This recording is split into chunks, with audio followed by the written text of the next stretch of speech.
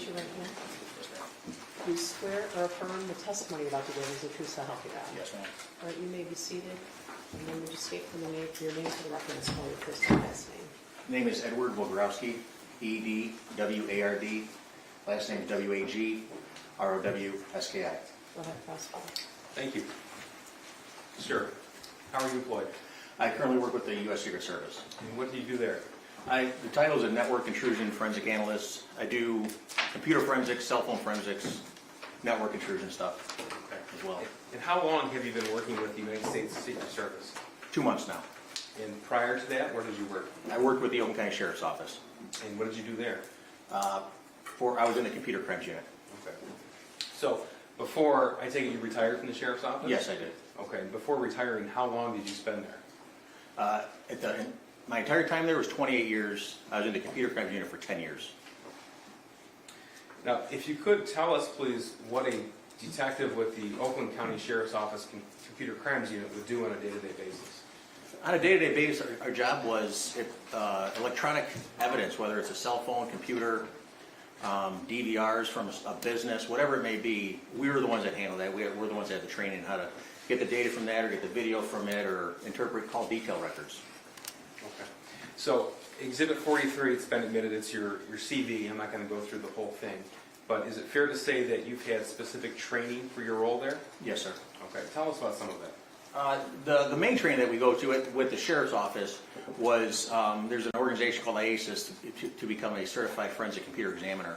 That has a 6-month testing process after 2 weeks of training at their training event once a year.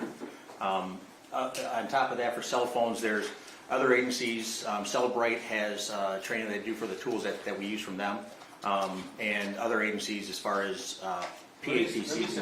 When you say Celebrate, what's that? Oh, I'm sorry. Celebrate's a company, and they develop software and have tools to extract data from phones and then interpret that data. How often in your employment with the Sheriff's Office and with Secret Service would you say that you actually analyze cell phones?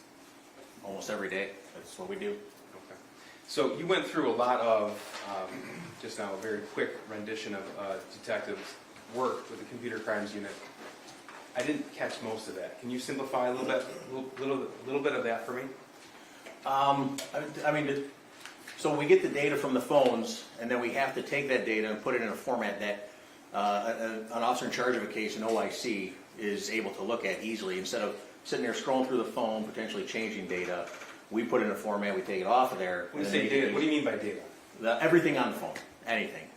Text messages, call logs, pictures, videos, anything that's on the phone. So the goal as a detective, when you take somebody's phone, I take it that's via search warrant? Via search or consent, yes. Okay, so if there's a judicial authority for you to look inside the phone, then what do you do with it? Depending on whether the phone is locked or not, we use methods to obtain the passcodes and then extract the data or the call logs and the messages and all that stuff. And then that's, like I said before, we put it in a format that is easier to look at. Okay. And what's the overarching goal of a detective in the Computer Crimes Unit? What's the goal to obtain that information for? What you want to obtain is all the evidence, if there is any, for prosecution. You want to make sure you get everything that is possibly on that phone to turn over to either the officer in charge of the case, who will turn it over to the prosecutor's office. Okay. So you're with the Secret Service now. Yes. In this field, this specific field, do you work with other agencies as well? Yes, sir. Tell us about that, please. Same as with the Sheriff's Office. Any agency that reaches out that doesn't have the means to have the tools to get data off of phones, we just help them with it. Okay. So we started to talk a little bit about your training in computer forensics. Have you been qualified as an expert in the past in this field? Yes, I have. How many times? 14 times. In what areas? Cell phone forensics, computer forensics, and then call detail record analysis. Okay. What's call detail record analysis? Call detail records are what you get from your carrier. If you have AT&T or T-Mobile, via search warrant, you send it off, search warrant off to the carrier to get information from a specific phone number, what towers they used, where the device might have been, stuff like that. Okay. You mentioned cell sites. And yeah, cell tower locations. What's that mean? The cell site, the cell tower location is, it's an antenna for your phone, sort of like it is for your car. They're all over the place, wherever, probably within a mile of each other, half mile of each other, depending on the population of the area. But it gives us the exact location where that cell tower is. Okay. So in your over 10 years of experience working with the digital extraction of data from cell phones, would you say this field has changed? Yes. Okay. Is your training continuing? Yes, sir, it does. Why is that?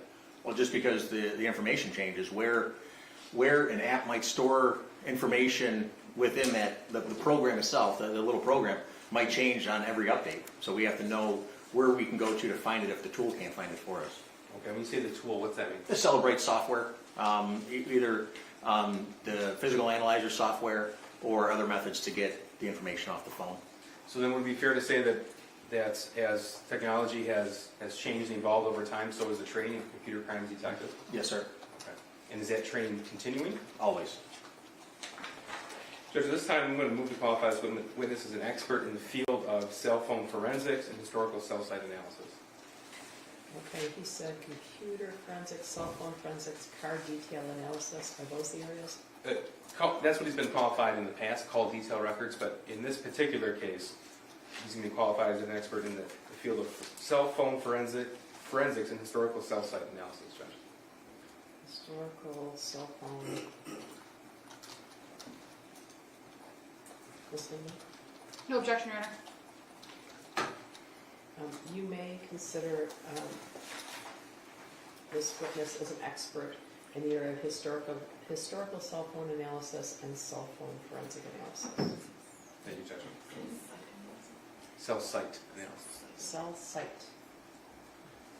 Thank you, Judge. Sir, you mentioned that the overall goal is to extract as much information as possible. Would that be right? That's correct. Okay. So in a digital investigation, would you confine yourself to just a cell phone? No. Okay, so what else? What other areas would you look for information? I mean, outside the cell phone, the call detail record isn't stored in the phone. We have to reach out to the cell carrier. A particular app, whether it's Facebook Messenger or Instagram or whatever, we can search warrant them to get information for somebody's account. Okay. Now, if you could tell the jury a little bit, please, about what a cell phone does that might not be commonly known. I mean, when you're not using it, when you're not interacting with it and swiping up and down and stuff like that, it could be updating your email, because you don't always tell the phone to update, it just does it by itself. Or it's talking to a cell tower to know exactly where you might be in case it needs to send you a message, or it knows whether you're not in range or not, so the carrier knows to hold on to that message. There's a lot going on in the background that people just don't know the function's happening, but yet it's continually happening. Is that while a phone's powered on? Oh, yes. Okay, so what happens if a phone's powered off? Nothing. It can't do anything. It can't receive information. Can't send information. Okay. Now what about Android phones specifically? Have you had the opportunity to be trained in data extraction from Android phones? Yes, sir. Okay. Is that the same as Apple phones? iPhones? Not entirely. How the operating system is written, it's a little different in the process of getting the data off of the phones. What do you mean? On Android phones, it's a little bit easier to get the data off of a phone than it is an Apple phone. You said operating system. What does that mean? The main function, when you look at the phone, the main screen, that's like Windows for your computer, right? Or iOS for your Mac or whatever. The operating system is the base of that phone, whether it's Android or an Apple which uses iOS, an Apple phone. That's the main thing that makes the phone function. Okay, and I think you said that Android operates differently than Apple? Yes, it does. Okay, can you explain that to me again, please? It operates a little different on how it stores data, how it retains that data, whether it's a file-based encryption, whether it's even encrypted at all, depending on the phone that you have, the manufacturer of that phone, and where it stores that data.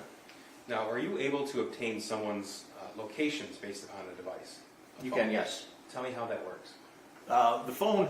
The phone's always looking where you are. Obviously, it's talking with towers. The tower tells the phone where it's at. For advertising purposes, let's say Google, for example, they put those little cookies on your phone so it knows where you're at all the time, right? And it knows that you like going to Burger King. So every time your phone knows that it's near Burger King because the map app is being used, it's going to tell you, oh, there's a Burger King nearby, or it'll pop up in your Facebook message feed or whatever. So that's, yeah. All right, cookies, what's that? Those are little little trackers, I guess, to make it simple. It's a little tracker that's embedded in whatever, however the phone interacts with either the internet or an application. It's a little nugget that just sits on your phone, waiting to be activated to tell either Google where you're at, Apple where you're at, and to give the user a better experience with their phone. So if I'm on my phone and looking at a website, for example, and I get that little bar at the bottom that says this website uses cookies, accept or yes or no. Yep. So if I either hit yes or I close out of that box, then it's tracked on my phone. If you hit yes, correct. Okay. What if I hit no? What happens? Then the cookies, they're not installed because you're not given permission for them to be loaded up to your phone, not installed, loaded to your phone. So in order for me to look at the website, for example, though, I'd have to hit yes. Not necessarily, no. Okay. No. So this is something that, as an investigator in this field, you're able to use to help understand the location of the device? Correct, yes. Okay, and tell me how that works, though. Well, like I said, one of the main things that we use is what's called location services. Location services is what tracks where your phone is within either an Apple or an Android phone. Google stores that data, again, because it sells that data to Burger King or McDonald's, wherever the heck you might want to, you're in, whatever you're interested in, and it keeps track of where you have been, where you like to go, to use that information in the future. Okay. So I want to talk about, specific to this case, I want to talk about some of the evidence that you reviewed in this case. First of all, were cell phones seized in the course of this investigation? Yes, there was. Okay. And you were the individual, you and members of your team had the opportunity to review those cell phones? That's correct. Okay. What about information from social media outlets? Yes, we did. Okay. Now, regarding the cell phones, I'm going to summarize this, and I want you to tell me if this is accurate, okay? So, source of electronic information from the shooter, an Android phone, a T-Mobile phone, last four digits, 1551. Correct. Yep. That's right? Yes, sir. Okay. A Facebook account? Correct. And an Instagram account? That's correct. Okay. Now, regarding Jennifer Crumbley, there were 3 cell phone seized, is that right? Correct. Okay. So we have 2 from T-Mobile with the same identical phone number. Is that right? Okay. A TCL A509DL we refer to as a burner phone. What does that mean? A burner phone is what we refer to. It's a phone that you can go to Walmart in the electronics section where they sell their TVs or any CVS or Rite Aid and just buy it in a packaging and activate it. The SIM card's in there, and there's really no account that's needed to get it up and going. You just activate the phone by putting money towards the account within it. Okay. A Facebook account with jehn.crumbley.7, and includes the messenger functions. What do you mean by that? So Facebook Messenger and Facebook, separates 2 separate platforms. But you can search warrant Facebook for messenger information, or you just search warrant for messenger information. Okay. And then we have certain emails account from Gmail and Yahoo. Correct. All right. And then Instagram account JEHNC78. Correct. Okay. So regarding James Crumbley, again, 3 phones were seized, 2 of which were T-Mobile phones with the same phone number, and the third being the TCL A509DL burner phone. Correct. Okay. 1 Instagram account, James R.Crumbley. 1 Facebook account, which included the messenger function, James R. Crumbley. And Yahoo, Gmail, Charter Communications email accounts. Correct. Okay. And then DoorDash search warrant for James Crumbley. So was the search warrant issued to DoorDash? Yes, it was. Okay. And was information received? Yes, it was. Okay. So we spoke about that very briefly early. A search warrant is when a judge or magistrate authorizes a document to a social media provider or a company, for example, and information is returned. Correct. Okay. And so what happens when you get that return? Sometimes it's in an easy format. It's just a simple Excel spreadsheet. Other times it's multiple Excel spreadsheets that you have to compare different parts of that 2 spreadsheets to come up with the information. Okay.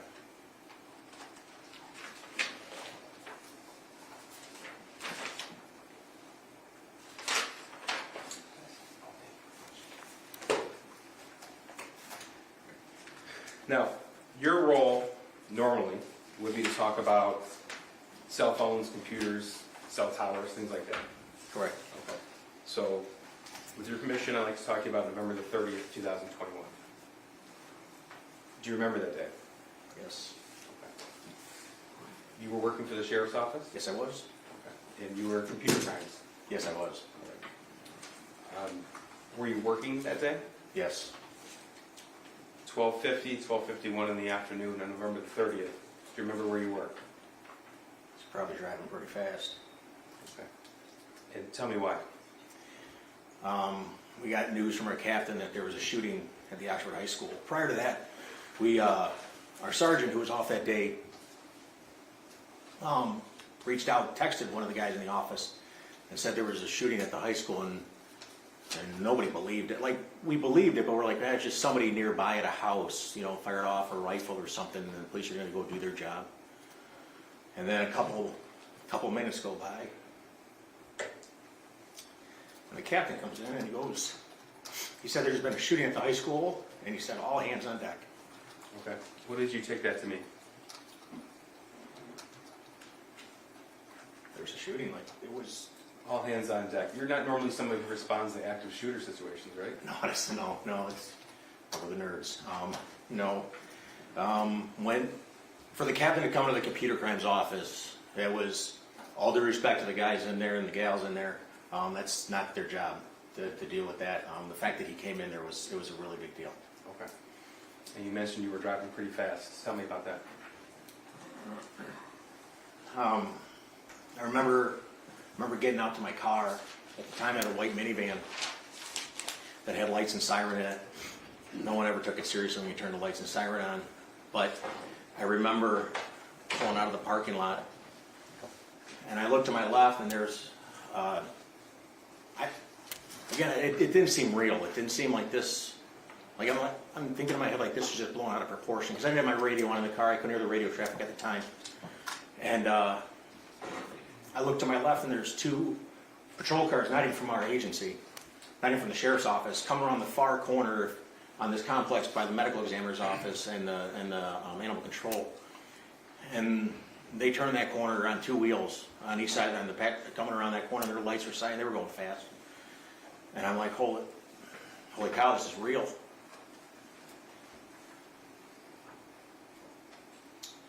So then I turned my lights on because I just thought we'd get there and do what computer crimes does, you know? We would do our thing. And I turned my lights on and siren, and I started going north towards Walton. Telegraph runs up to Walton and it cuts over to M20, US 24. Telegraph cuts up to Walton and it goes over to M24. And I had no idea where the heck I was going. I've been to Oxford for a half a second driving through. And I thought, well, I remember thinking when I get there, I'll just follow the crowd because it's going to be big. And going north on 24, and I see one of our SWAT vehicles going across that bridge from 75 down to 24, and the light was red for me, and I thought, well, I'm going to have to slow down, like, there's cars coming down the ramp. And I remember getting closer and closer thinking, how come nobody's going? Like, my light's red, this cross traffic should be going. Like, because as a police officer, obviously, when you run a red light, it's extremely dangerous. You don't do it haphazardly. And I'm approaching this light thinking, I'm going to have to slow down. And as I get to the light, I look over and there's a patrol car just sitting. I don't know what agency they work for. And so I go through that intersection, and then I see them join up behind me, and then I see two other patrol cars from another agency coming up behind me. I remember, I don't know if it was Brown Road or what, the next major crossroad up the hill there. I remember that light was red and there were cars stopped in both lanes, and I thought to myself, I'm going to have to go onto the shoulder. And so I'm looking at the shoulder thinking, I mean, it's part dirt. It's a small shoulder of asphalt and dirt, and my small tires on that minivan, it's not going to handle well, but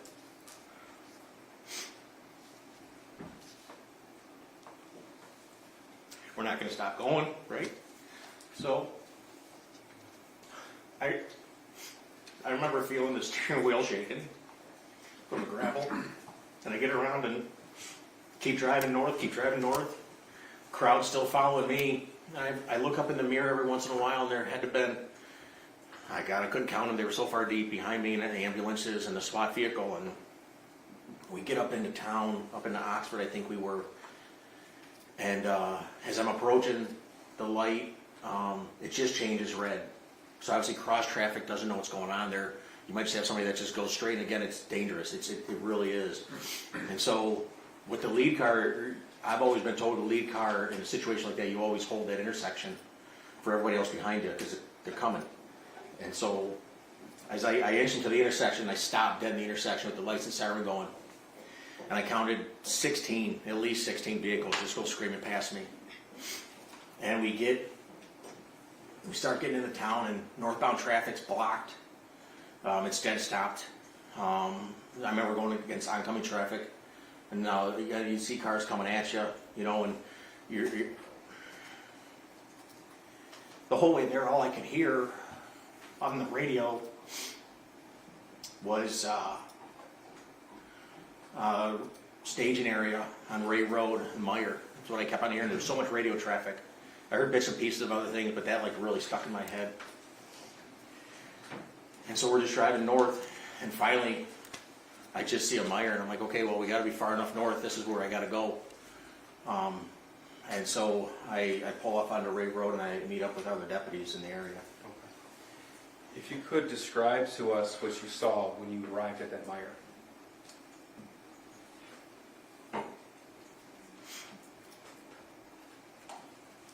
That was tough. That was really tough. I got a daughter who, she's 17, 18 years old, and, you know, 17-year-olds, you know, they wear those tight leggings and all that stuff and small shirts or whatever. I remember standing there on Ray Road, and I see these kids. One kid didn't even have a shoe on. He only had one shoe on. Walking through the snowbank, going down to the Meijer. And I see these girls dressed like my daughter. And it was cold that day. I had 2 coats on, and I was shaking. I was shivering. It was so cold. I remember offering one of our lieutenants at the time, he didn't have a coat. And I offered one of my coats because I was so cold, and he didn't take it. But you just saw these kids just coming down from where the school was. Like, it's hard to describe. They look like zombies. Like, they had no facial expression, nothing. So there were kids there. Were their parents at the Meijer too? Down by the garden center. The crowd was heading that way, and it was chaos. It really was. I really didn't know what to do once I got there. I didn't know where the school was, even though it was just up the street. So everybody was walking to the garden center, so I started going that way. And at first, we were told to start getting people to sign their name into notebooks. We were just grabbing them off the shelves in the Meijer and boxes of pens and stuff, and just write their names in the notebooks for whatever. I don't know why they needed that. So I'm trying to walk around and get this information from people. And then they start yelling. Someone starts yelling, you know, get everybody inside, get everybody inside. So I go back outside to try to usher people in. And I remember just seeing, like, kids just standing there, and you put your arm on them. You don't want to, you know, they just been through this, whatever happened up there. And I don't want to force them. I'm not going to grab them. I'm not going to make them do anything they don't want to do. So I sort of, like, if they didn't move, I just left them. You know, they were okay. They weren't in harm's way. And I remember seeing parents just standing there, and because these school buses started arriving. And I remember thinking in my head, like, God, that is just crazy. Why in the heck are there school buses? I didn't know anything about the plan if something like this happened at the school. And so, and I just see the parents, like,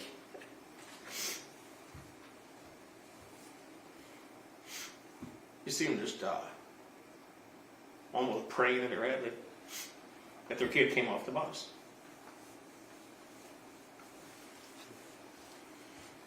After you helped with the names and the notebooks, did you go to the school? Yes, I did. Okay. And were you directed to go to school, or did you just know that's where you were needed? No, one of the other detectives, Jeff Enger, he responded to the school, and he called me on my phone and said they were trying to get the video from the surveillance cameras in the school. And at the time, I was a little more versed in that side of the job. And so he just wanted a little help with it. Okay. So, tell me about, you arrived at the school, where did you initially go? I went to what would be the north side of the school. There's a big circle drive there, and it's the side that like the main office is on of the school. Again, there were patrol cars everywhere. There were everybody everywhere. I remember driving up over the sidewalk, thinking, I remember like the stuff I remembered, like the sidewalk being so high, I thought it was going to rip the muffler off my car. I don't know why I thought about that. And I go up over the sidewalk and I just stopped my car because that's what seemed like everybody was doing. And I walk in the door, and one of our sergeants is standing there, providing security just for that door so people aren't coming in, they shouldn't be coming in or whatever. And I asked him where the security office was, because that's where Detective Enger told me he was, and pointed me to the office, and people eventually pointed me back to the security office. Okay. And who did you encounter when you went there? As I walked in, I remember seeing the security officer, Jim Rourke, was in there. Deputy Jason Lewert was there. I didn't know him at the time. ATF agent Brett Brandon was in the room. Right here behind you? Yep. And Lieutenant Marsban was in the room. And you said at that point you were called over to help with the security footage. That's correct. Okay, so tell me what your role was at that point. Obviously, the bosses are going to want to know what happened, where it started, all that information, and I wasn't given any direction. We weren't given direction, but we just had to figure out when it started, where it started, how it started, as much as we can, because they're going to want to know that information. And so we just started reviewing video footage. At that point in time, was the high school still being cleared? Yes, it was. Okay. And when I say being cleared, we haven't had another officer testify yet. What does that mean? To clear something, you're going to look for more bad guys. You're going to look for maybe bombs that might have been placed, someone hiding in a room because they know the police are there, so they're checking every room, every closet, everything in a high school, going door by door, checking it all. So tell me how it is that you went about your job that you were called there to do that day. Jim Rourke, like I said, he was the head of security, and they had a system where you didn't actually interact with the DVR system itself. You interacted through a portal, a web page, to access the server where the video was stored at. And thank goodness he was very well versed in that. So I immediately, I told him, I said, well, you got to help me figure this out because I don't know what's going on here. So Jim and I sat there, went to the hallway that it started, and tried to determine at what time the shooter went in there. So how many cameras approximately did Oxford High School have equipped for surveillance footage? Well, they released 100 cameras. Okay. And it was your responsibility to review that footage? Yes, it was. Judge, this might be time for a natural break. Oh, all right. Well, the jury's lunch is here, so that would probably work. I'm not sure if I call you sergeant, detective, lieutenant, mister, hey you, none of those? That's fine. Okay, all right. You should not discuss your testimony because you're still listening right now, so please don't discuss your testimony with anyone. Yes, ma'am. All right, so you can step down.